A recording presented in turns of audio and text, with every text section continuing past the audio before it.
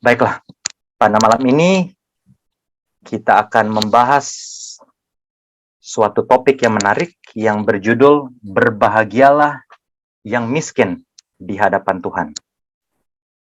Ini adalah sambungan dari seri pendalaman Alkitab kita bersama, ya. Yang lalu kita sudah pelajari bersama, Yesus dicobai 3 kali, lalu kemudian setelah dicobai 3 kali oleh iblis, Yesus kemudian mulai mengabar Injil, ya, dari daerah Galilea, Kapernaum, dan kemudian Yesus juga memanggil murid-muridnya, ya, supaya bisa berkolaborasi atau bekerja sama bersama dengan Tuhan kita. Dan ingat saudara-saudara sekalian, sesungguhnya Tuhan tidak membutuhkan pertolongan manusia untuk mengabar Injil. Karena ada di dalam Alkitab, ada beberapa kali Tuhan berbicara langsung atau menampakkan diri secara langsung kepada manusia, walaupun orang kafir sekalipun, dan firman itu tersampaikan. Ya, contohnya Tuhan melalui mimpi menampakkan diri kepada, menyampaikan maksudnya kepada Raja Nebukadnezar, atau melalui tulisan dinding zaman Belshazzar, ya, zaman Daniel. Tuhan juga berbicara menampakkan diri kepada raja, ya, yang saat itu sedang mau mengambil istri daripada Abraham, yaitu Sarah. Dan Tuhan katakan kepada pemimpin tersebut, yaitu sesungguhnya wanita itu sudah mempunyai suami, yaitu suaminya Abraham, kalau kita tahu ceritanya di dalam Alkitab. Intinya saudara-saudara sekalian, Tuhan sebenarnya tidak membutuhkan pertolongan kita. Tetapi Tuhan mau supaya kita mau bekerja sama dengannya, supaya bisa merasakan perasaan Tuhan, yaitu mau menolong sesama kita, supaya mereka mengetahui kebenaran dan pada akhirnya bisa masuk ke dalam kerajaan surga. Ya, itulah sebabnya Tuhan mau supaya kita semua mau mengabar Injil, supaya kemuliaan Tuhanlah yang dinyatakan melalui kita. Dan setelah itu, kita sampai di Matius pasal 5, yaitu ucapan berbahagia. Dan di dalam ucapan berbahagia ini atau khotbah di atas bukit, disinilah kita akan melihat ucapan berbahagia yang pertama, yaitu berbahagialah yang miskin di hadapan Tuhan.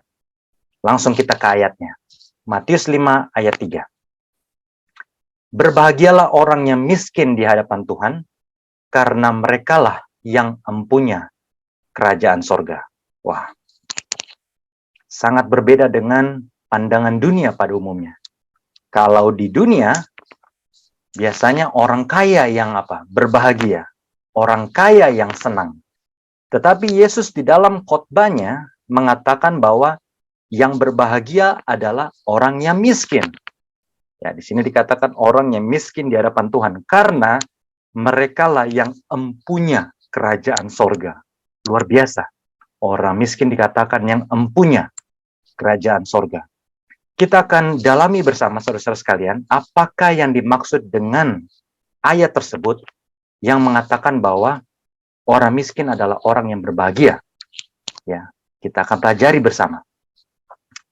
Nah, pertama, kalau kita berbicara ayat tersebut, berbahagialah orang yang miskin di hadapan Tuhan.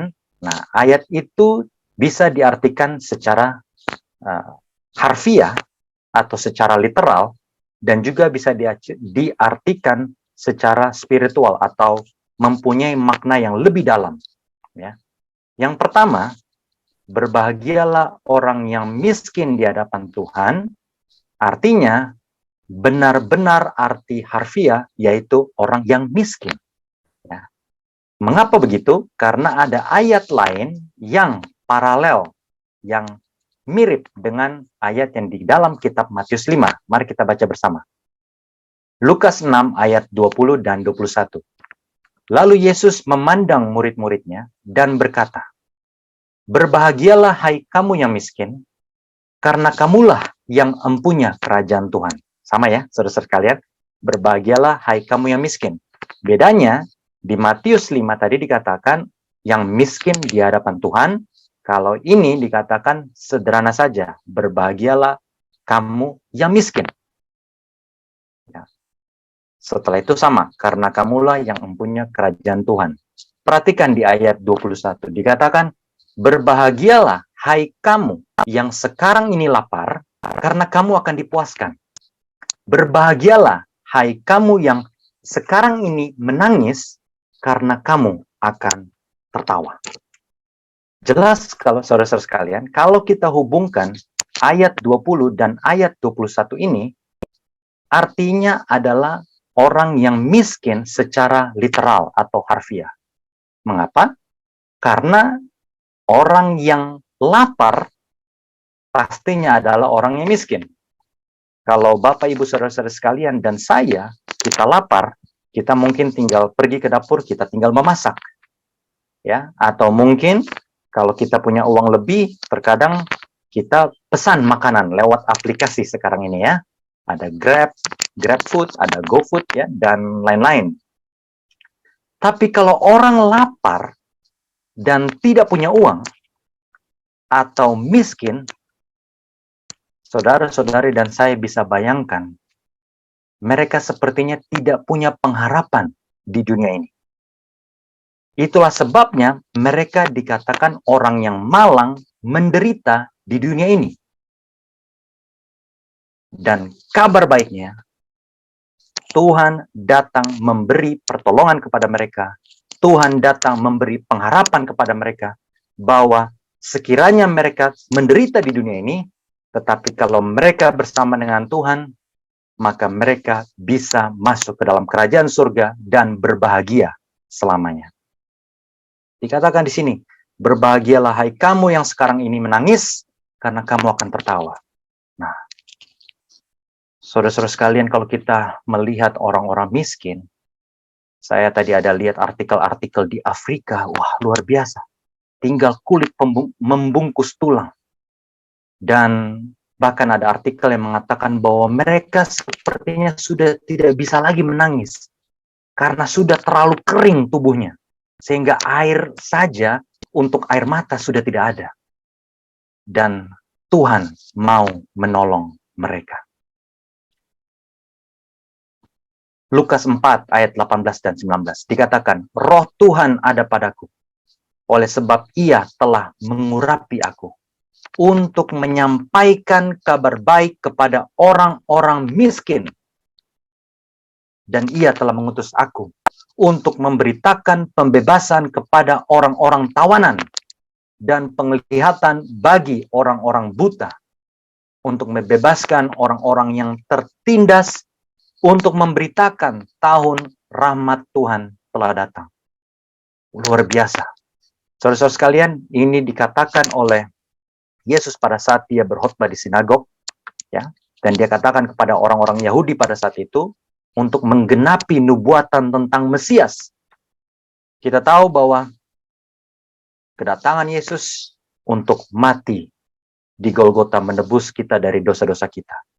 Kedatangan Yesus juga kita sudah pelajari 2 minggu lalu, yaitu untuk memberitakan kepada dunia untuk bertobat sebelum terlambat. Ya, kembali, pertobatan itu adalah pada saat kita masih hidup. Dan itulah yang dikabarkan oleh Yesus dan murid-muridnya. Semua kita, termasuk saya, harus bertobat dari dosa-dosa kesayangan kita. Dan yang ketiga, saat ini kita pelajari, pada malam ini, kedatangan Mesias adalah untuk menyampaikan kabar baik kepada siapa? Orang miskin. Nah, lalu jadi pertanyaan. Yang lalu kita sudah pelajari bahwa kita sesuai dengan apa yang di dalam kitab suci, kita sebaiknya tidak mempunyai hasrat untuk menjadi orang kaya. Ya, karena dengan mengejar kekayaan, banyak orang yang sampai mengorbankan dirinya, kesehatannya, dan bahkan imannya untuk menjadi kaya. Tapi kembali saya tekankan pada malam ini, kalau ada dari antara kita yang diizinkan Tuhan dengan kasih karunia-Nya menjadi kaya, gunakanlah kesempatan itu untuk berbagi dengan sesama. Tapi kembali, saat ini jelas Tuhan Yesus mengatakan bahwa kabar baik disampaikan kepada banyak orang, terutama orang miskin. Lalu pertanyaannya, kok sepertinya Yesus tidak pernah atau tidak menonjolkan seakan-akan tidak datang untuk orang kaya? Ya, sepertinya begitu. Ya, bahkan ada kutipan Yesus dan kita akan pelajari bersama nanti bahwa orang kaya susah masuk surga. Mengapa sepertinya kabar baik itu hanya untuk orang miskin? Ya, dan di ayat 19 dikatakan kepada orang tawanan, ini orang-orang menderita semua. Orang-orang tawanan, orang-orang buta ya, yang timpang, tertindas, dan bukan untuk orang-orang yang makmur. Bukan untuk orang-orang yang sejahtera. Ada apa dengan firman Tuhan pada malam ini? Ya. Sedangkan dunia menawarkan bahwa kita haruslah menjadi orang-orang yang makmur, sejahtera. Tapi berbeda dengan apa yang dikatakan oleh Tuhan. Kita dalami. Lihat kemiskinan yang ada di Indonesia. Ibu dengan 4 orang anak di samping rel kereta api. Miskin. Potret kemiskinan di Indonesia. Lihat, belum hujan besar, air sudah naik. Rumah lihat di kiri kanan. Kalau rumah ini, kalau banjir naik, air ini naik, luar biasa. Banyak orang yang akan mengungsi. Dan saya pernah datang ke tempat pemukiman kumuh, dan di situ kita bisa dapati orang mandi di sebelah sini, dan di sebelah sana mungkin ada orang yang sedang buang air. Ya. Kumuh. Dan mereka pastinya tidak akan betah tinggal di tempat mereka sendiri. Dan saya 2 tahun yang lalu saya pergi ke tanah seberang di Thailand, dan inilah potret kemiskinan di Thailand. Tidak jauh berbeda dengan apa yang ada di Indonesia. Saudara-saudara sekalian, pesan penting bagi kita semua. Bila mana kita melihat orang-orang miskin tersebut, pastilah mereka tidak betah ya, untuk berada di tempat mereka atau bahkan berada di dunia ini. Itulah sebabnya Tuhan datang ke dunia ini untuk menyampaikan kabar baik bahwa mereka mempunyai pengharapan yang lebih baik, yaitu surga. Tetapi kalau kita menikmati dunia ini karena kita memiliki kekayaan yang sangat melimpah, kalau kita menikmati dunia ini karena kita mempunyai gelar yang tinggi, gelar pendidikan yang tinggi, kita disegani, dihormati karena kekayaan kita, posisi kita, atau mungkin karena kita terkenal, atau mungkin status sosial kita, dan lain-lain, maka kita seyogyanya tidak akan merindukan tanah air surgawi.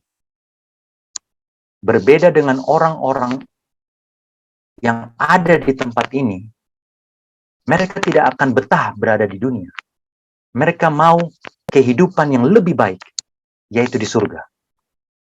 Tapi kalau kita sangat menikmati dunia ini, itulah sebabnya ada pepatah, ada beberapa orang bahkan di kalangan Kristen yang kaki kanan sudah menginjak surga, tapi kaki kirinya tidak mau lepas dari dunia. Kenapa? Karena kita menikmati dunia ini dan kesenangannya.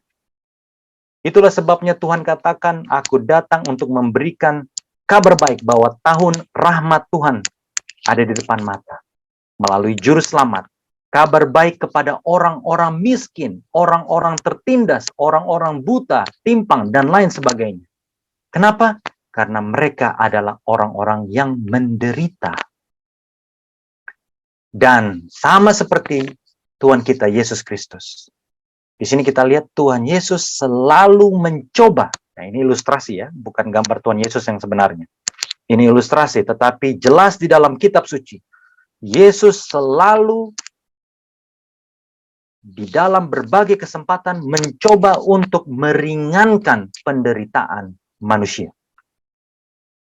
Pada saat orang datang untuk bertemu dengan dia, mendengarkan khotbahnya, lalu kemudian hari sudah mulai larut, lalu kemudian murid-murid menyuruh mereka untuk pulang. Apa yang dikatakan Yesus? Jangan, kita beri mereka makan. Yesus yang adalah Tuhan kita bukanlah hanya seseorang yang bersimpati, tetapi berempati kepada setiap umat manusia. Tidak memandang ras, tidak memandang golongan, tidak hanya melihat hanya orang Yahudi saja, semua orang akan dikasihi. Bahkan orang Samaria yang bermusuhan dengan orang Yahudi, bahkan orang Roma, semuanya Tuhan pernah sembuhkan. Betul? Bagaimana dengan kita? Nah, itu pertanyaannya. Kalau kita mau menjadi pengikut Tuhan, apakah kita mengikuti jejak yang sudah ditinggalkan oleh Yesus atau tidak? Apakah kita peduli kepada orang susah, orang miskin di luar sana, atau tidak? Inilah yang seharusnya kita lakukan. Ini saya dapat artikelnya dari internet ya, dari kelompok Buddha Suci. Ya. Ya, ini sebagai contoh saja. Ya. Dan saya yakin ada banyak orang di luar sana dari kalangan banyak agama yang melakukan hal yang serupa. Bagaimana dengan saudara-saudari dan saya? Apakah kita juga melakukan hal yang sama, menjamu orang-orang miskin, sama seperti yang dilakukan oleh Tuhan Yesus? Atau mungkin kita hanya seperti ini? Ya. Melihat ada orang yang susah, kita hanya lewat saja. Atau mungkin seperti apa yang dilakukan oleh orang di luar sana, memberi kepada orang miskin dan berselfie ria. Foto sana-sini, menunjukkan kepada dunia bahwa kita adalah orang baik. Padahal semuanya hanya untuk drama semata. Menunjukkan kepada dunia bahwa saya adalah orang baik. Sesuatu yang Tuhan tidak ingin kita lakukan. Karena ingat, segala perbuatan baik yang kita lakukan, segala puji, hormat, kemuliaan hanya untuk Tuhan saja. Saudara-saudara sekalian, Matius 19 ayat 23 dan 24. Yesus berkata kepada murid-muridnya, "Aku berkata kepadamu, sesungguhnya sukar sekali bagi seorang kaya untuk masuk ke dalam kerajaan sorga. Sekali lagi aku berkata kepadamu, lebih mudah seekor unta masuk melalui lubang jarum daripada seorang kaya masuk ke dalam kerajaan Tuhan." Saudara-saudara sekalian, Yesus Kristus datang ke dunia ini bukan hanya untuk orang miskin. Ini yang saya mau garis bawahi, jangan disalah artikan. Ya, seakan-akan bahwa kita semua harus menjadi miskin baru kita bisa masuk surga. Tidak. Ya. Sesungguhnya di dalam Alkitab dikatakan sampai kapanpun orang miskin akan selalu ada bersama dengan kita. Yang menjadi pertanyaan, apakah kita berbagi dengan orang-orang miskin di sekitar kita atau tidak? Dan dikatakan di sini orang-orang kaya susah masuk surga. Kenapa? Ada alasannya. Karena mereka cenderung tidak mau berbagi. Mereka cenderung mau memperkaya diri. Nah, saya berbicara pada umumnya, ya. Tapi ada juga orang-orang kaya yang mau berbagi. Dan inilah yang kita doakan, supaya kalau ada di antara kita yang memiliki berkat lebih, berbagilah. Karena kekayaan itu adalah karunia yang diberikan Tuhan kepada saudara-saudari, dan oleh sebab itu berbagilah. Karena kalau tidak, maka kita akan menjadi lebih kaya, dan bahkan menjadi terlalu kaya, dan bahkan kita tidak mau melepaskan kekayaan kita untuk mengikut Yesus. Nah, ini yang bahaya. Akan menjadi berhala bagi kita. Yakobus 2 ayat 5 dan 6. Dengarkanlah, hai saudara-saudara yang kukasihi. Bukankah Tuhan memilih orang-orang yang dianggap miskin oleh dunia ini untuk menjadi kaya dalam iman dan menjadi ahli waris kerajaan yang telah dijanjikannya kepada barang siapa yang mengasihi dia? Tetapi kamu telah menghinakan orang-orang miskin. Bukankah justru orang-orang kaya yang menindas kamu dan yang menyeret kamu ke pengadilan? Pelajaran penting, saudara-saudara sekalian. Lihat, sepanjang kitab Perjanjian Baru, ada banyak kutipan-kutipan yang kalau kita pelajari bersama bahwa Tuhan peduli kepada orang miskin. Kenapa? Karena sungguh luar biasa eksploitasi orang-orang kaya di sekitar kita. Ya, orang-orang kaya sengaja meminjamkan kepada orang miskin tidak bisa bayar kembali, lalu apa yang terjadi? Tanahnya diambil, karena tidak bisa bayar utang. Atau bahkan orang kaya mempekerjakan orang-orang miskin dengan bayaran yang sangat kecil untuk mendapatkan untung yang sebesar-besarnya. Ya, menambah pundi-pundi kekayaan. Seperti apa yang kita lihat gambar di depan kita ini.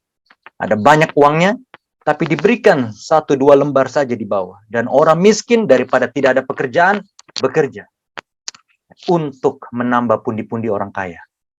Dan itulah sebabnya, saudara-saudara sekalian, sangat aneh bila mana kita melihat kita cenderung untuk lebih menghormati orang-orang kaya dan menghina orang-orang miskin. Padahal orang-orang kaya itu yang lebih sering mengeksploitasi kita. Ya. Kasihan orang-orang susah. Yang lebih susahnya lagi, kasihan. Cuma sedikit orang yang berani untuk memperjuangkan hak-hak mereka. Ya.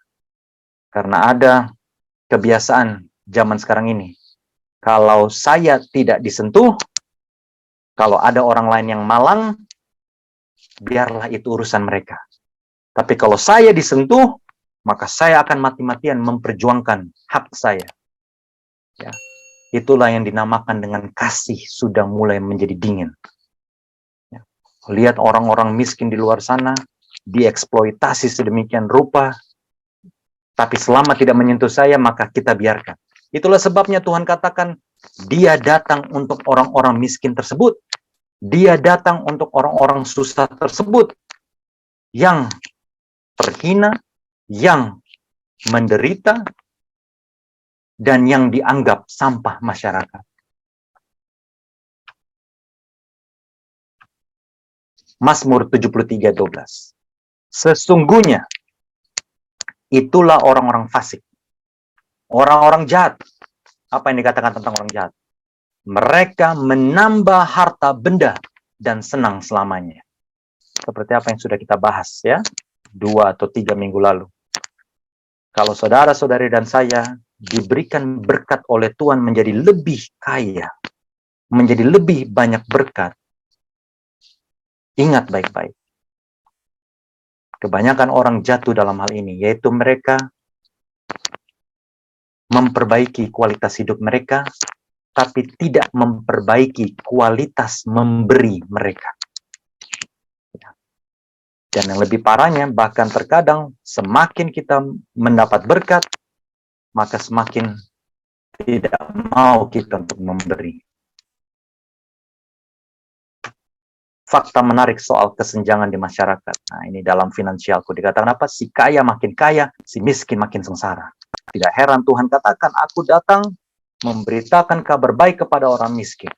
Ya, mereka yang menderita, bahwa mereka mempunyai pengharapan yang lebih baik, yaitu masuk ke dalam kerajaan surga. Dan arti kedua dari orang yang miskin, yang melarat, yang sengsara di dunia ini adalah orang yang remuk hati. Nah, inilah arti terdalam juga dari Matius pasal 5 ayat 3 atau 4 tadi. Ya. Yesaya 57 ayat 15. Sebab beginilah firman yang maha tinggi dan yang maha mulia, yang bersemayam untuk selamanya dan yang maha kudus namanya. Aku bersemayam di tempat tinggi dan di tempat kudus, tetapi juga bersama-sama orang yang remuk dan rendah hati, untuk menghidupkan semangat orang-orang yang rendah hati dan yang menghidupkan hati orang-orang yang remuk. Nah, kalau kita sudah melihat orang yang menderita secara fisik di bagian pertama tadi, ya, seperti ini, orang-orang yang menderita secara fisik, ya ini saya ambil di Indonesia, ya. Saya tidak taruh di Afrika, lebih luar biasa, lebih mengenaskan, kasihan kita lihat. Tapi sebelum sampai ke Afrika, kita lihat saja dulu di Indonesia. Apakah kita peduli sama orang-orang ini? Ini di Thailand. Ya, apakah kita peduli atau tidak? Dan yang arti kedua ini, saudara-saudara sekalian, bukan hanya melarat atau bukan hanya menderita secara fisik, tapi Tuhan juga peduli kepada orang yang menderita secara batin, yang remuk hatinya, orang-orang yang mungkin ditinggalkan oleh teman-temannya, atau bahkan dicampakkan oleh keluarganya, orang-orang yang dianggap tidak berguna di dalam masyarakat. Orang-orang yang menderita ini, Tuhan juga katakan kabar baik, bahwa Tuhan ada untuk mereka. Tuhan bersama mereka semua untuk memberikan semangat kepada mereka. Itulah sebabnya saudara-saudara sekalian, saya tidak pernah menganggap enteng sama namanya bunuh diri. Ya.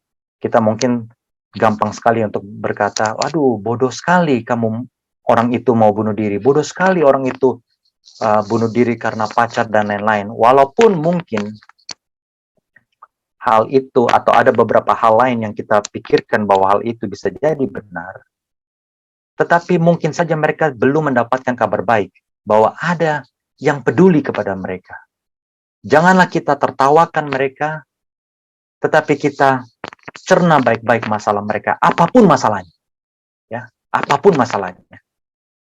Mungkin mereka ada masalah di sekolah, mungkin mereka ada masalah di kuliah, dengan pacar, atau dengan keluarga, orang tua, atau dengan anak. Semua orang punya masalah. Dan sama seperti Tuhan yang peduli kepada orang-orang tersebut, maka kita pun harus peduli. Jangan sampai kita tidak peduli, dan bahkan kita mengentengkan, tidak bersimpati, apalagi berempati kepada mereka, lalu kemudian nyawa melayang, hati-hati. Kita bisa diminta pertanggungjawabannya. Lihat orang-orang yang riang, ya, senang semua, tidak remuk hati, ya, merasa bahwa dunia ini adalah dunia yang penuh dengan kesenangan, maka orang-orang seperti ini tidak akan rindu untuk masuk ke dalam kerajaan surga. Ya. Seorang kaya mempunyai 3, 4, 5 mobil mewah, walaupun dirinya hanya bisa naik 1 mobil 1 hari. Lihat, ya, memamerkan senjata, punya jam yang serba mahal, dan lain-lain, minum-minum, pesta pora. Kalau kita seperti itu, kita tidak akan rindu tanah air surgawi. Tetapi, perhatikan, ini lebih dalam. Bukan hanya sekedar masalah keluarga, masalah tempat kerja, masalah sosial kita yang membuat kita remuk. Ini yang paling penting. Yesaya 66 ayat 2. Bukankah tanganku yang membuat semuanya ini, sehingga semuanya ini terjadi? Demikianlah firman Tuhan. Terjadi kepada orang inilah aku memandang. Kepada orang yang tertindas dan patah semangatnya, dan yang gentar kepada firmanku. Kalau kita dalami, saudara-saudara sekalian, ayat ini sangat berkuasa. Ya. Kalau kita sampai tertindas, ya, atau menjadi sampah masyarakat, dikucilkan oleh keluarga, dikucilkan oleh teman, karena kita gentar atau takut kepada firman Tuhan, maka seringkali kita mungkin akan merasa sendirian, seringkali kita akan mungkin diejek oleh teman-teman kita, dibuang oleh keluarga kita, tidak dianggap oleh keluarga kita, lalu kita merenung, seakan-akan hidup ini benar-benar hampa.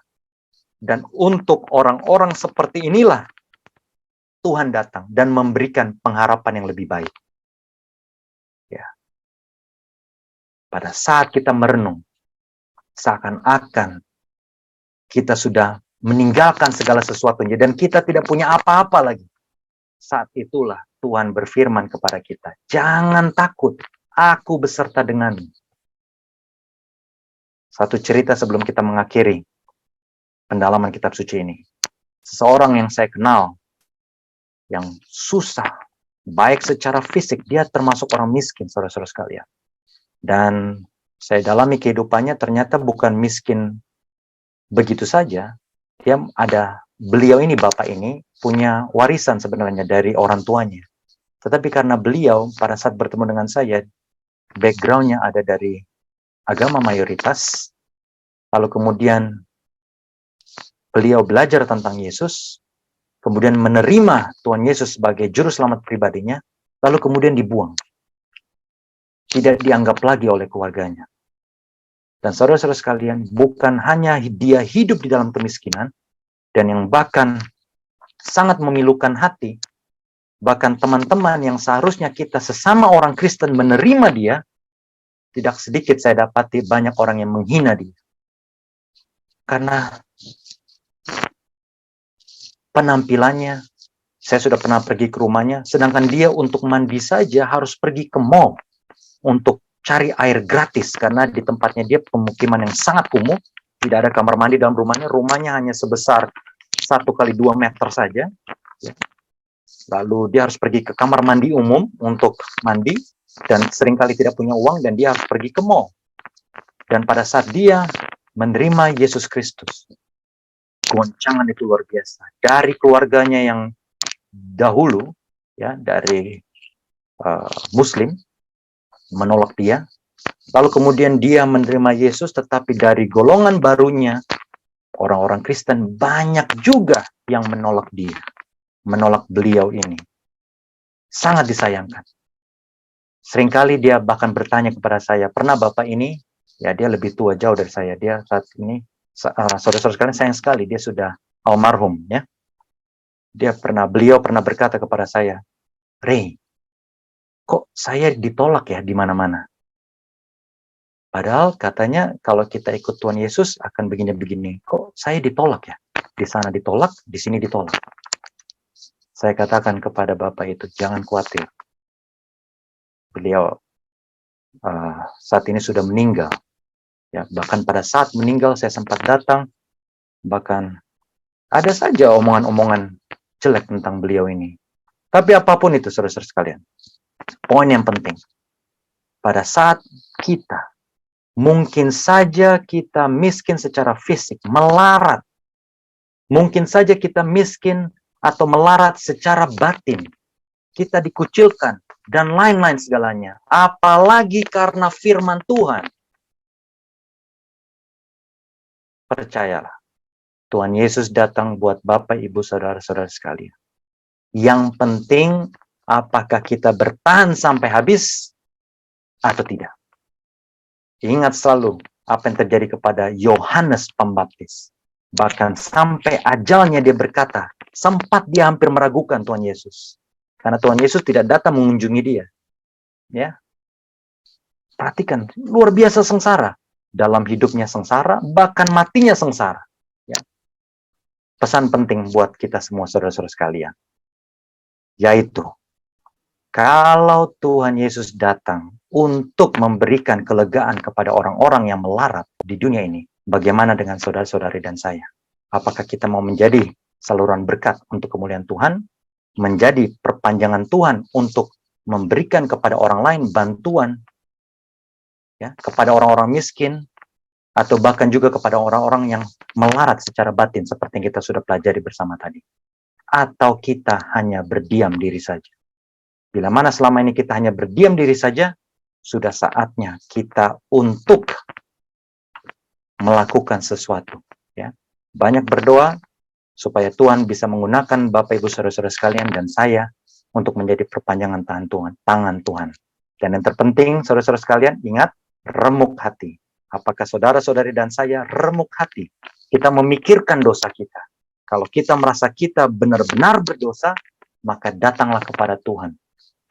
Bersedihlah oleh karena dosa-dosa kita. Dan Tuhan akan mengampuni kita, dan Tuhan akan memberikan pengharapan yang lebih baik tentunya, yaitu kerajaan sorga. Inilah pesan untuk kita semua malam ini. Biarlah Tuhan memberkati kita semua. Dan sekarang kita masuk ke dalam sesi diskusi dan tanya jawab. Silakan Bapak Ibu. Baik, terima kasih Pak Ray. Ada pertanyaan? Ya, silakan Saudara Jeff. Apakah memang kemiskinan itu merupakan takdir bagi kita? Karena kalau kita melihat bahwa di situ Tuhan katakan bahwa orang miskin itu selalu ada pada kita. Padahal baik orang miskin maupun orang kaya sama-sama berpengharapan kepada Tuhan. Tetapi kenapa seolah-olah ada pilih kasih bahwa orang-orang tertentu harus jadi kaya dan orang-orang tertentu harus jadi miskin? Karena kita semua juga kalau berbicara tentang kaya, semua orang pengen kaya pasti. tapi tidak semua orang pengen jadi miskin. Nah, apakah memang miskin itu sesuatu yang sudah ditentukan sehingga orang itu akan menjadi miskin? Apapun yang dia usahakan pasti miskin, karena walaupun memang Matius pasal 5 ayat 3 dikatakan berbahagialah mereka yang miskin. Tapi apakah memang kemiskinan itu menjadi takdir bagi setiap orang? Karena bagi saya secara pribadi pun saya mungkin tidak mau jadi miskin. Tetapi saya tidak bisa mengatakan bahwa saya harus lahir di orang kaya. Saya kalau mau pilih, saya akan lahir orang kaya. Dan saya juga tidak bisa memilih di mana saya lahir, apakah daerah itu miskin atau tidak. Contohnya tadi Afrika, ya, dan memang di tempat-tempat lain. Nah, itu seolah-olah kita melihat bahwa seolah ada pembedaan di sana, di mana Allah itu cuma memilih orang tertentu yang kaya, sedangkan yang lain itu miskin. Nah, bagaimana kita bisa melihat hal itu? Apakah memang itu satu ketentuan atau takdir lah, semacam takdir? Walaupun saya secara pribadi tidak percaya takdir, karena hanya satu takdir, yaitu takdir keselamatan bagi kita semua. Tapi yang saya mau lihat di situ tuh, apakah itu menjadi suatu ketentuan? Ya, kita mau apapun itu kita sudah miskin, gitu Pak. Ya, terima kasih Saudara Jeff.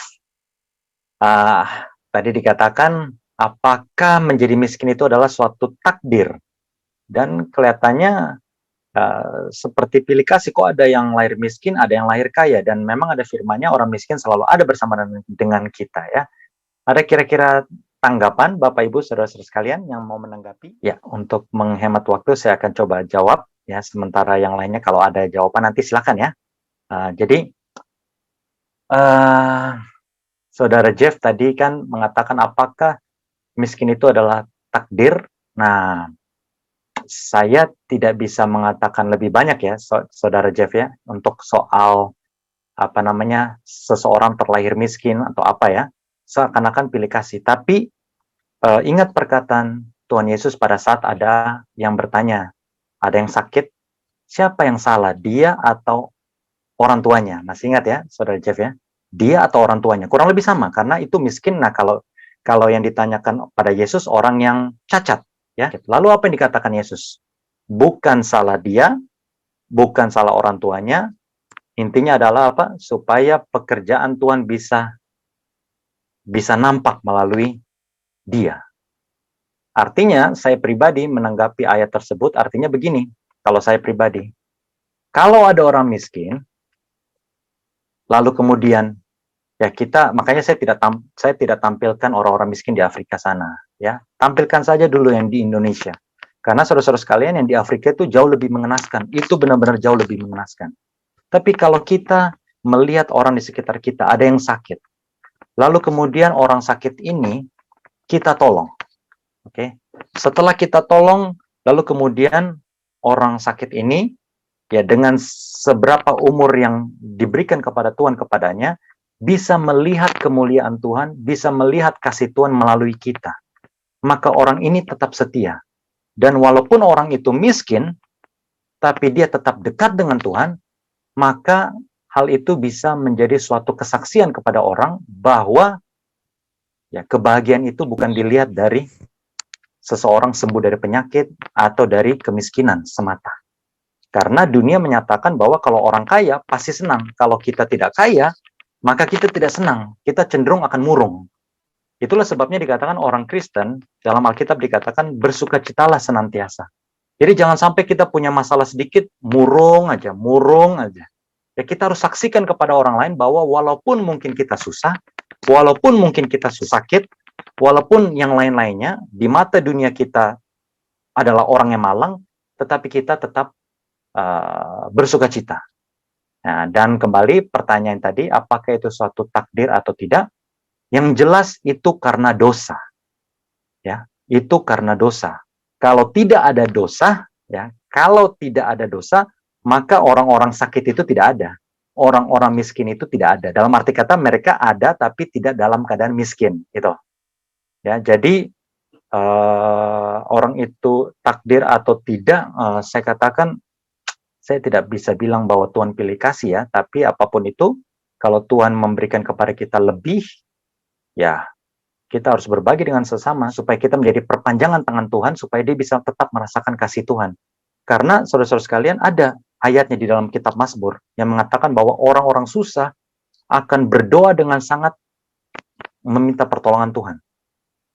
Nah, bayangkan saudara-saudara sekalian kalau ada orang susah lalu kita tidak tolong, lalu dia meraung kepada Tuhan, lalu kemudian Tuhan akan melihat bahwa oh saudara Reinhard ini sebenarnya bisa berbagi berkat tapi saya tidak berbagi berkat. Nah, itu bahaya.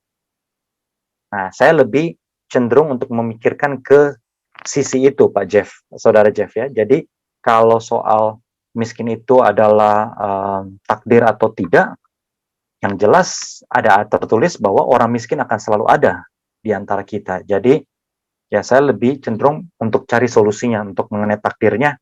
Segala sesuatu ingat, pasti diizinkan Tuhan. Nah, itu yang saya percaya. Segala sesuatu pasti diizinkan Tuhan. Bukan Tuhan yang buat, tapi diizinkan Tuhan. Semoga bisa menangkap perbedaannya. Kalau ada orang sakit di sana, orang timpang, orang buta dari lahir, bukan Tuhan yang buat, itu semua murni karena dosa, tapi Tuhan izinkan itu terjadi. Dan segala sesuatunya melalui kehidupannya, sekitarnya nanti tetap akan ada karya Tuhan dalam hidupnya. Nah, itu yang saya percaya. Kira-kira ada saudara-saudara sekalian mungkin yang mau menambahkan, silakan. Bagaimana? Mungkin dari satu sisi ya, saya melihat di kisah para rasul, kan tadi saudara Jeff bilang katanya apakah itu takdir? Apakah takdir itu kita bicara tentang kuasa Tuhan? Sovereignty. Sovereignty itu begini loh maksudnya. Tuhan itu kan raja, the Lord of the universe. Dia bisa menempatkan manusia terserah dari kehendaknya. Mau dalam posisi apa, kondisi apa, itu terserah Tuhan. Dan yang pasti adalah bahwa manusia itu semua sudah jatuh di dalam dosa. Tadi kan saudara Ray bilang bahwa ini orang miskin karena dosa. Tapi kalau kita melihat Yohanes 3, Tuhan menyelamatkan kita dengan memberikan anaknya. Bagi yang tidak percaya itu kita sudah dikutuk. Artinya semua manusia yang jatuh ke dalam kutukan Tuhan itu karena dosa Adam dan Hawa, ya kita sudah diperbudak oleh dosa, whether kita suka atau tidak itu loh. Dalam arti kata, kita punya hati cenderungnya tuh selalu mengarah kepada perbuatan-perbuatan yang ke arah dosa. Nah itu berbeda ya kalau saya bilang itu miskin di dalam spiritual, kan dibilang the wages of sin is death. Upah dari dosa adalah kematian. Sebenarnya kita semua sudah dalam kondisi yang sudah mati, spiritually death. Makanya tadi waktu yang di Lukas 4 Tuhan bilang aku datang ini untuk melepaskan tawanan segala macam dan yang tertekan. Saya lebih melihat itu dalam kondisi spiritual. Karena kalau kita melihat tidak semua orang miskin juga mau percaya Tuhan kan. Kita tidak bilang bahwa semua orang miskin itu mereka mau beli sama Tuhan, mereka mau kaya, tapi mereka belum tentu mau percaya Tuhan gitu kan. Jadi kalau kita bicara takdir, apa bicara kuasa Tuhan? Apakah Tuhan punya sepenuhnya menempatkan manusia sesuai dengan tujuannya yang dikehendakinya untuk tujuan baiknya atau tidak? Itu yang menjadi pertanyaan, seperti yang di Yohanes 9 yang orang buta yang tadi saudara Ray bilang. Berarti Tuhan menempatkan itu, anak itu lahir dalam kondisi buta. Apakah kita tidak bilang Tuhan itu tidak adil? Kalau kita mau bicara keadilan, kita mau bicara keadilan sama Tuhan, yang adil itu kita semua udah mati. That is fair. Karena Tuhan bilang, upah dari dosa kan mati. Iya kan? Kalau Tuhan tidak mau menolong kita, kita sudah mati gitu loh. Nah sekarang tujuan Tuhan menempatkan kita, ada yang miskin, ada yang kaya, ada yang buta, ada yang kayak Firaun. Kita baca di Roma 9. Firaun dijadikan kaya loh sama Tuhan. Dijadikan sangat kaya. Roma 9 ayat 17. Seperti for the scripture say to Pharaoh. Firman Tuhan berkata kepada Firaun, aku mengangkat engkau dengan tujuan aku untuk menunjukkan kuasaku di dalam kamu. supaya namaku itu dikenal di seluruh bumi ini. Jadi yang kita lihat itu, saya sekarang udah nggak bicara takdir itu berarti Tuhan meletakkan kita dengan tujuan bahwa Tuhan punya niatan baik. Saya tidak percaya itu. Gitu. Tapi saya percaya kuasa Tuhan sepenuhnya Tuhan bisa berbuat sesuatu yang sesuai dengan kehendaknya, dan kita tahu kehendaknya itu selalu baik. Pertanyaan kita kan, kenapa Tuhan membuat Firaun menjadi berkuasa sebegitu besar gitu loh. Karena Tuhan punya tujuan kan.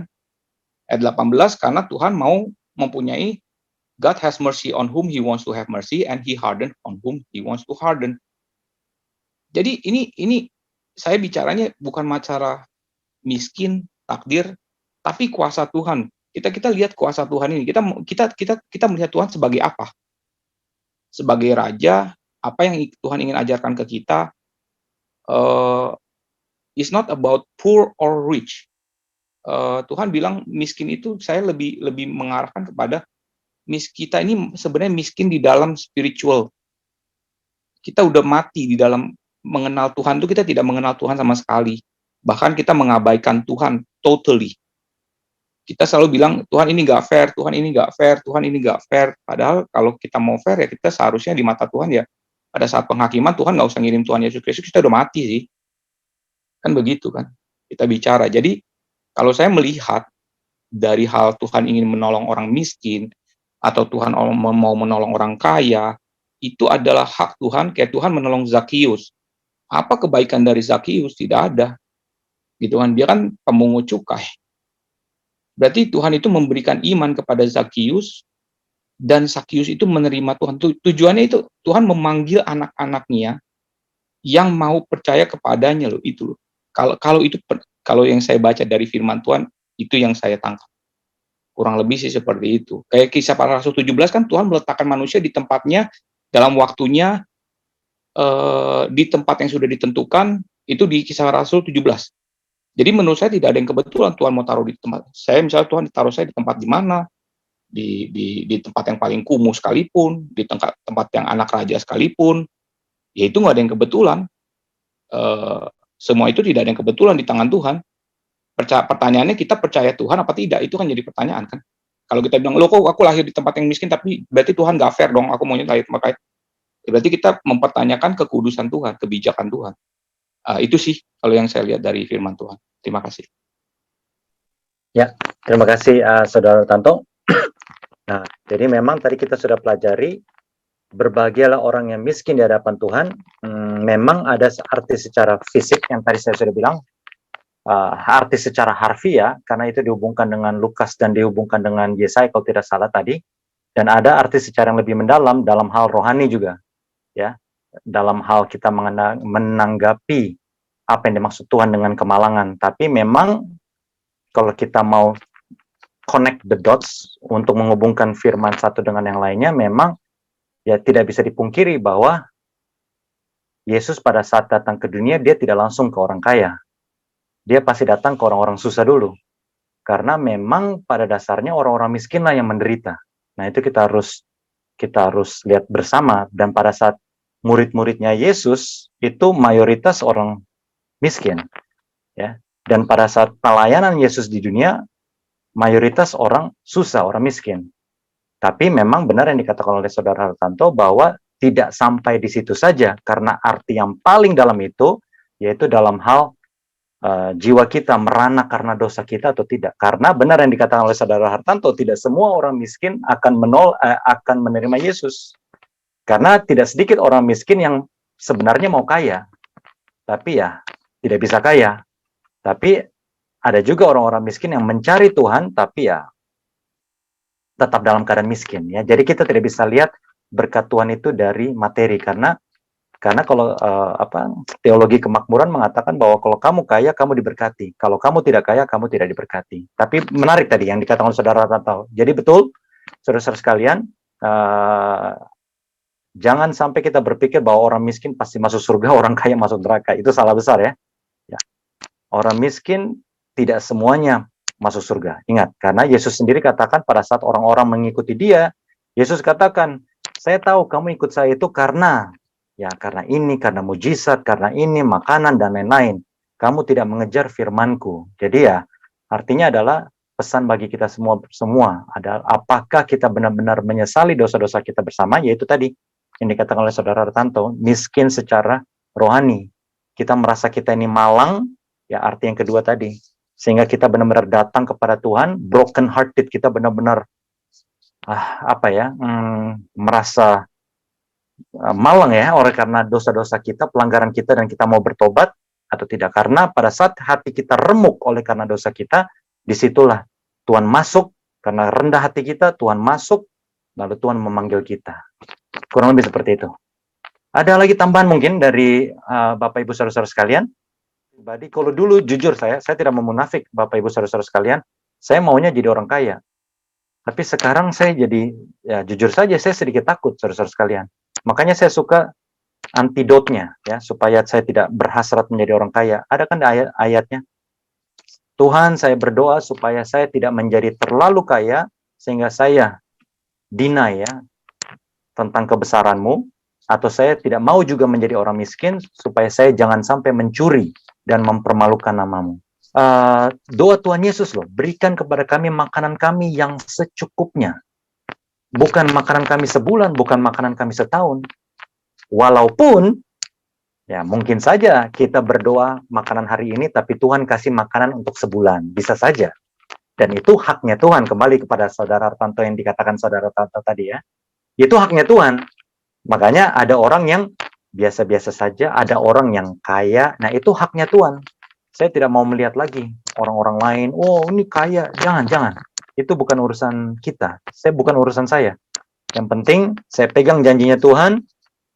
Kalau kita dekat sama Tuhan, ya, tidak pernah dari kecil sampai besar sekarang ini, aku tidak pernah melihat anak-anak Tuhan hidup meminta-minta. Itu yang saya pegang. Jadi kalau kita dekat dengan Tuhan, pasti kita tidak akan minta-minta. Itu saja. Jadi semoga itu bisa menjawab ya Saudara Jeff ya, karena saya tidak mau memikirkan hal itu. Kalau enggak nanti kita akan merenung, aduh kok saya nggak kaya-kaya ya, nah itu malah bahaya justru. Makanya benar yang Saudara Hartanto katakan, banyak juga orang miskin yang sebenarnya dalam hatinya dia mau kaya, tapi tidak kesampaian. Nah itu juga ya susah ya masuk surga ya. Karena sepertinya komplain, sedangkan dalam Alkitab dikatakan kita tidak bisa jadi complainers. Bahasa Indonesia mungkin yang selalu mengeluh, tidak bisa. Kita harus syukurin hidup ini. Bernafas saja sudah syukur, ya kan?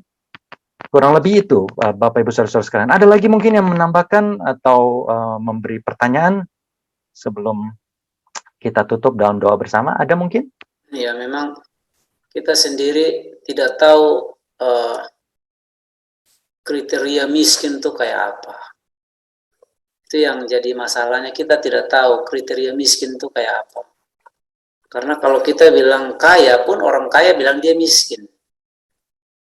Jadi kriterianya tuh apa miskin itu? Ya saya pernah dengar ada beberapa orang yang punya pandangan miskin itu adalah bukan tidak punya apa-apa, tapi senyum saja sudah tidak ada. Bahkan senyum pun tidak ada, itu berarti miskin. Jadi kalau kita sudah tidak punya senyum, itu berarti kita miskin. Jadi selama kita masih bisa senyum, berarti kita masih cukup. Jadi karena belum tentu orang kaya pun bisa senyum. Jadi memang kita benar-benar harus tahu dulu dia punya pengertian miskin itu kayak apa ya. Yesus sendiri katakan bahwa orang miskin selalu ada pada kamu. Tetapi kita tidak tahu orang-orang di waktu itu miskinnya kayak apa. Nyatanya mereka zaman itu saja sudah punya pakaian. Itu abad pertama loh. Irian Jaya sampai hari ini saja belum punya pakaian. Nah, apakah miskin itu yang kriterianya itu ya kita tidak bisa ini sih. Tapi memang makna yang kita perlu dapat di situ adalah bahwa kemiskinan yang tadi dijelaskan bahwa miskin secara rohani, ya memang ada beberapa hal bahwa akhlak manusia pun bisa miskin, ya miskin akhlak, miskin moral, itu kan banyak kriteria yang ada tergantung di situ. Jadi bisa saja bahwa Yesus tidak selamanya berbicara tentang harta kekayaan, ya, tetapi bisa jadi dia berbicara tentang masalah kehidupan pribadi setiap orang. Jadi kita bisa jadi bahwa sekalipun mungkin harta benda kita banyak, tapi kita miskin secara akhlak, kita miskin secara moral, dan itu perlu juga ada juga orang-orang miskin, ya, dalam arti bahwa miskin materi itu akan menjadi berkat bagi orang kaya. Jadi kita ini modelnya adalah bahwa kita saling melengkapi, ya. Kita saling melengkapi. Kenapa ada orang miskin? Karena orang miskin itulah yang mengajarkan orang kaya untuk dia memiliki hati, ya. Dia memiliki hati bermurah.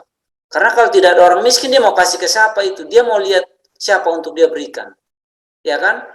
Jadi Tuhan tadi sudah dijelaskan bahwa Tuhan itu memang menempatkan orang-orang itu yang ada di situ supaya akan menjadi berkat bagi orang-orang kaya. Tetapi itu bukan berarti orang miskin yang Tuhan hadirkan situ melarat, tidak. Karena Alkitab juga menjelaskan bahwa kamu minta saja Tuhan berikan, minta saja Tuhan akan berikan. Artinya bahwa yang dimaksud situ bahwa kecukupan itu adalah yang terpenting, bukan masalah berlebihan. Kalau orang kaya itu kan berlebihan namanya.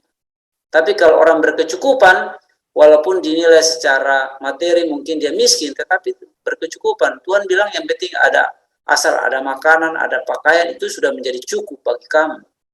Jadi yang dimaksud dengan miskin situ bisa jadi bahwa kita miskin secara moral kita, atau miskin secara rohani juga bisa jadi. Ya, jadi mungkin itulah yang mungkin pengertian saya. Ya, terima kasih Saudara Jeff. Ini ada satu hal yang penting. Sayang Saudara Hartanto sudah pergi ya.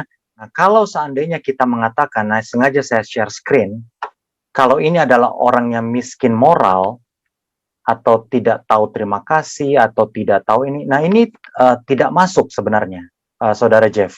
Karena kalau orang yang miskin moral, berarti orang jahat. Mereka nggak punya kerajaan sorga. Nah, tadi Saudara Hartanto katakan miskin rohani. Nah, kalau dia miskin rohani, dia nggak akan masuk kerajaan sorga. Sedangkan Tuhan Yesus bilang, Matius 5 ayat 3, berbahagialah orang yang miskin karena mereka mempunyai kerajaan sorga.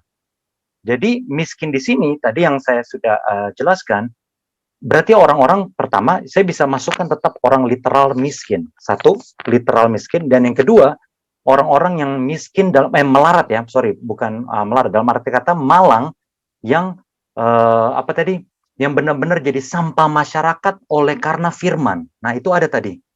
Nah, jadi, kembali saudara-saudara sekalian, yang dibilang miskin di sini, tidak bisa ini miskin rohani, tidak bisa. Karena kalau miskin rohani, berarti dia tidak mau Tuhan, tidak mau kenal Tuhan. Tidak bisa juga miskin moral. Kalau miskin moral berarti orang-orang yang tidak tahu terima kasih, berlagak, tahu kasar, tidak peduli sama orang tua dan lain-lain. Orang-orang itu tidak akan masuk ke dalam kerajaan sorga. Sedangkan yang Yesus katakan di sini, orang yang miskin itu pasti akan masuk ke dalam kerajaan sorga. Makanya, nah ini memang agak kontroversial saudara-saudara sekalian. Saya selalu mengatakan bahwa kita lihat saja kehidupan Yesus. 12 muridnya, ada berapa orang yang, ya kembali ya, apa arti makna miskin? Tadi Saudara Jeff sudah katakan, bukan cuma sekedar miskin saja, karena orang miskin pun banyak yang tidak masuk surga karena mereka menolak Tuhan Yesus. Tapi yang paling penting adalah yang tadi, ayat terakhir yang kita bahas tadi, yaitu orang-orang yang menjadi tanda kutip sampah masyarakat dikucilkan karena setia kepada firman. Nah, itu ada. Nah, orang-orang inilah yang malang, melarat, ya, broken hearted bahasa Inggrisnya, yang benar-benar patah hati karena dibuang oleh karena firman. Nah, inilah yang Tuhan katakan, mereka lah yang mempunyai kerajaan surga. Jadi, ya semoga itu bisa menjawab. Maksudnya begini, berbahagialah orang yang miskin itu bukan berarti dalam keadaan kemiskinan itu mereka yang punya kerajaan surga, bukan. Tetapi dalam kemiskinan itulah akan muncul kesadaran. Itu maksudnya. Jadi berbahagialah mereka yang miskin, itu artinya bahwa mereka menyadari bahwa mereka tidak punya pengharapan apa-apa selain kepada Kristus. Itu maksudnya. Jadi kalau orang yang miskin, yang menyadari dia miskin, lalu dia bergantung sepenuhnya kepada Tuhan, maka itulah orang-orang yang berbahagia. Karena kalau orang merasa ketergantungan dia kepada kekayaan, ya dia tidak punya Tuhan. Tetapi orang miskin yang dimaksud situ adalah orang-orang yang memiliki pengharapan hanya kepada Tuhan, satu-satunya yang akan menjadi sumber kehidupan mereka. Jadi itu yang dimaksud dengan Matius 5 ayat 7 itu. Jadi juga tidak konteksnya itu adalah miskin dalam bentuk kekayaan, lalu Tuhan biarkan begitu. Tetapi Tuhan maksudkan di situ adalah miskin dalam arti bahwa mereka menyadari bahwa mereka memiliki ketergantungan hanya kepada Tuhan satu-satunya sumber kekayaan itu, sumber kebutuhan mereka itu memang hanya terdapat sama Kristus. Makanya Tuhan bilang apa? Berbahagialah mereka. Tapi kalau kita berbicara secara secara tadi Bung Reinhardt bilang itu secara letterlock, itu tidak adil. Karena Tuhan tidak mau juga orang itu miskin. Amsal sudah bilang, jangan biarkan aku miskin supaya aku menghina. Nanti kalau cuma Tuhan biarkan saya miskin lalu saya menghina Tuhan, berarti saya tidak salah dong. Karena Tuhan yang berikan saya miskin. Tapi yang dimaksud itu adalah orang yang menyadari kemiskinannya itu adalah orang yang bergantung pada Tuhan, bukan pada materi. Gitu loh. Jadi orang kaya pun kenapa dia bisa masuk surga? Karena dia menyadari bahwa bukan punya dia itu. Itu bagi orang kaya yang menyadari, orang kaya yang istilahnya bergantung dan berharap pada Tuhan ya. Beda dengan orang kaya yang bergantung pada mamon, itu beda lagi. Karena dia lebih menaruh sepenuh kehidupannya kepada harta bendanya dia. Sehingga memang Tuhan katakan orang kaya itu sulit masuk surga. Kenapa? Ketergantungan dia kepada kekayaan itu menjadi fondasi dia atau kekuatan dia. Sedangkan orang miskin itu berbahagia karena apa? Karena berpengharapan kepada sang pemilik kekayaan dunia ini, yaitu Allah itu sendiri atau Yesus sendiri. Jadi maksudnya itulah makna-makna yang ada di dalam Matius pasal 5 ayat 3 itu. Jadi memang agak luas sedikit ya, agak luas memang maknanya. Memang bisa juga kita katakan dia miskin secara kebutuhan atau apa. Tapi kalau kita melihat di situ, Yesus bersama dengan mereka, harusnya mereka tidak menyadari bahwa mereka miskin. Bayangkan 5 roti aja bisa mampu makan 2 roti 2 ikan saja makan 5.000. Artinya bahwa kalau kita bergantung kepada sang pemilik alam semesta ini, kan Tuhan bilang juga segala sesuatu yang ada di dunia ini adalah milik saya, ya kan? Berarti kita bergantung kepada sesuatu yang tidak akan habis dalam kehidupan kita. Itulah berbahagialah orang yang miskin itu. Bergantung kepada sang pemilik alam semesta ini. Pemilik segala sesuatu, bahkan nyawa kita pun, sebenarnya kita tuh miskin memang. Miskin nyawa kita kan. Kalau kita tidak bergantung kepada dia, yang pemberi nyawa, nah kita mau jadi apa? Jadi artinya bahwa segala sesuatu kalau kita bergantung sepenuhnya kepada Tuhan, kita pasti dengan sendirinya menyadari bahwa yang kita miliki di dunia ini bukan merupakan suatu kekuatan kita, tapi kekuatan kita bersumber kepada Kristus sendiri. Nah mungkin itu bro. Ya, terima kasih Saudara Jeff ya. Jadi arti dari Matius 5 ayat 3 itu bukan hanya letterlock harfiah saja mengenai miskin, tetapi juga dalam hal lebih dalam lagi ya, yaitu benar merasa jiwa ini ketergantungan penuh kepada sang pemberi berkat, yaitu Tuhan. Dan itu lebih ke arti yang kedua ya, yang kita sudah bahas bersama, yaitu benar-benar ya bergantung sepenuhnya kepada Tuhan. Jadi bukan hanya secara harfiah artinya miskin saja. Terima kasih banyak Saudara Jeff ya. Ada lagi kira-kira sebelum kita tutup? Kita akan tutup segera kalau tidak ada. Sepertinya tidak ada. Jadi biarlah pendalaman Alkitab kita pada malam ini bisa menguatkan kita, supaya kita kalau dalam keadaan merana, kita bisa lebih bergantung kepada sang pemberi berkat, seperti yang dikatakan oleh Saudara Jeff, ya.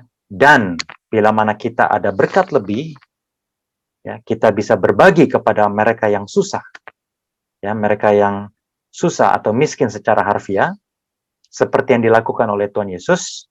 Dan juga kalau ada yang hati gundah gulana, hatinya murung atau apa, kita juga mau berbagi dengan mereka, memberikan kabar baik tentang Tuhan kita Yesus Kristus, supaya mereka mempunyai pengharapan di dalam Tuhan, ya. Karena tidak sedikit banyak orang di luar sana yang akhirnya bunuh diri karena tidak ada pengharapan. Nah, kita punya pengharapan, ya. Dan sudah dikatakan oleh Saudara Jeff, dan kita semua sudah pelajari bersama dalam malam ini, bahwa mereka yang miskin bukan hanya secara harfiah saja miskin, tetapi merana jiwa dan raga, Dan kita semua punya pengharapan kalau kita benar-benar berharap kepada Tuhan.